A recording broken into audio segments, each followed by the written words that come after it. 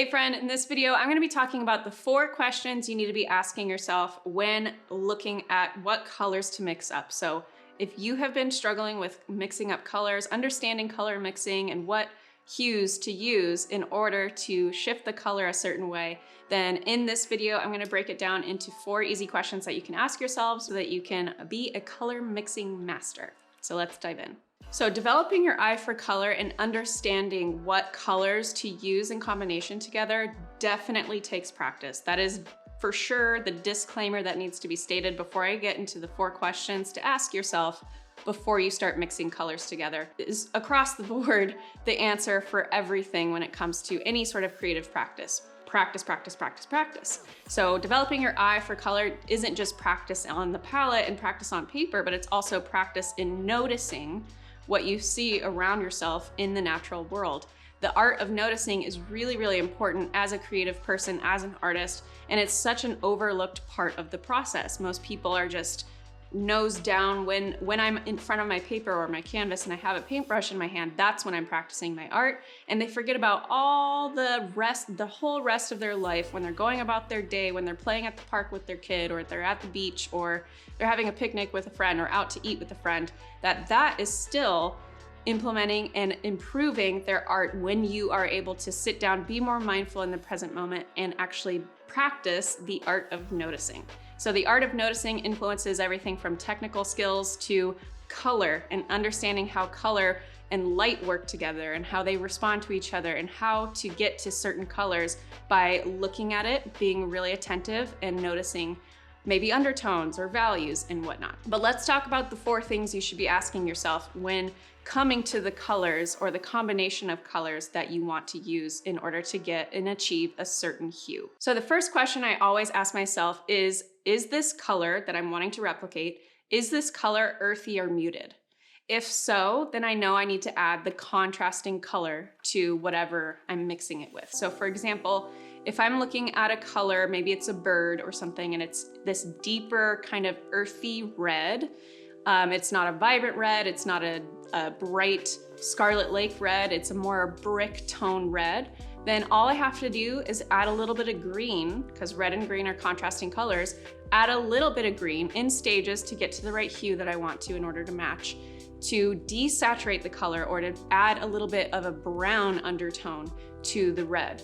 Red and green are contrasting colors, purple and yellow, blue and orange are contrasting colors, and typically contrasting colors mixed together in equal parts makes brown. So if I just want to add just a tiny bit of that brown undertone, then all I have to do is add my contrasting color. Second question to ask yourself is, what is the base of this color? This kind of ties in with the first question, but for example, purple or any secondary color like orange or green and purple, obviously, you want to take any combination of colors that you have that make purple. So red and blue, for example. I have 3 different blues in my palette, for example. I also have a red orange, pyrrole orange, and a pink, a quinacridone red. So mix up and do a color swatch or color test of mixing up different varieties of purples with different combinations.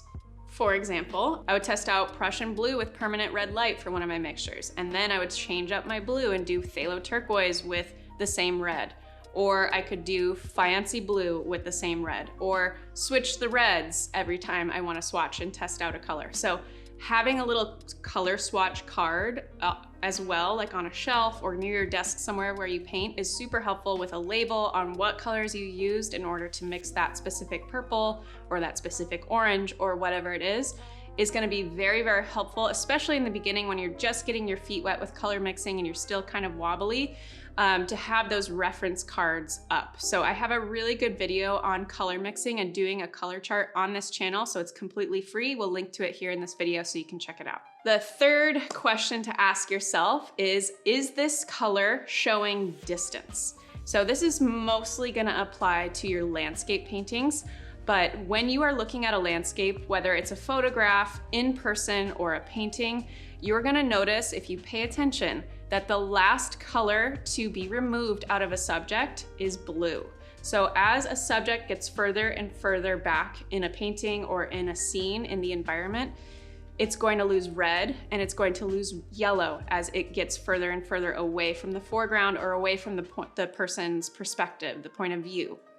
So as things get further away, they're gonna have more blue showing through in them. So if you have, let's say, a landscape painting and you have a bunch of trees, maybe it's a misty forest of trees, and you have some trees really up close in the foreground, those are gonna be richer in color. They're gonna have yellows in it because of the green. They're gonna have maybe more reds in it because of the brown on the trunks. But then as they get further away in the distance, the yellow and the red is gonna get removed from the light, and it's gonna be more blue. The trees are gonna look more blue, more faded as well, or lighter in transparency, depending on the light of the scene. But red, blue, and yellow, the three primary colors, that is how it's structured, especially in landscapes. So look at if something is looking far away or in the distance, notice how much blue is in there, or notice how much red or yellow is still left in the coloration. So then you can come to a color that actually matches the distance in the photo or in the reference that you're using. My fourth and final question that you should be asking yourself when sitting down and mixing colors is this color vibrant? If it's not super punchy and vibrant looking, it's probably not gonna be straight from the tube, and you're probably gonna wanna add or mix up a variety of grays to it in order to give it that vintagey kind of muted feel. So similar to the first question of if it's earthy or muted, add the contrasting color. Grays, like warm grays, maybe a gray that has a little bit of a rich red brown or a red to it or a reddish purple undertone to the gray, are gonna help mute and add this vintagey tone to a color, but also keep it warm, whereas cool grays are gonna have a little bit more blue in them, maybe a little bit of green in them, and they are gonna also mute or add a vintagey look to it, but make the overtone or the tone of the color that you're mixing up be more on the cooler side. So if you are, for example, in a practical sense, using this to paint flowers, let's say, and maybe the flower is in full shadow and it's a really cool casted shadow on the pink flower or whatever it is, you'll probably want to mix up a cool gray to match that shadow that's being cast on the flower. But if the flower is, maybe there's a little bit of a glowy light in the back or on the side of the flower, and the shadow is more of a warm shadow color or more of a warm gray, then you're gonna wanna mix up a warm gray to mix with your pinks, your reds, your whatever the color of your flower is. And sometimes if the color isn't quite right, I will go back once everything is dry and I will glaze on top of my colors. So for example, if my rose is looking too vibrant and there's a shadow, there needs to be more of a shadow on it, or it needs to be more muted looking, then I will glaze my gray on top of it. A transparent gray, so it doesn't completely cover up all the color underneath, but glazing is a really great way to kind of fake it till you make it in the color mixing world. And every professional artist, people who have been painting for decades, glaze. It's a very popular technique. So don't feel like you're doing it wrong or you haven't learned it quite yet if you're having to glaze, because I glaze all the time.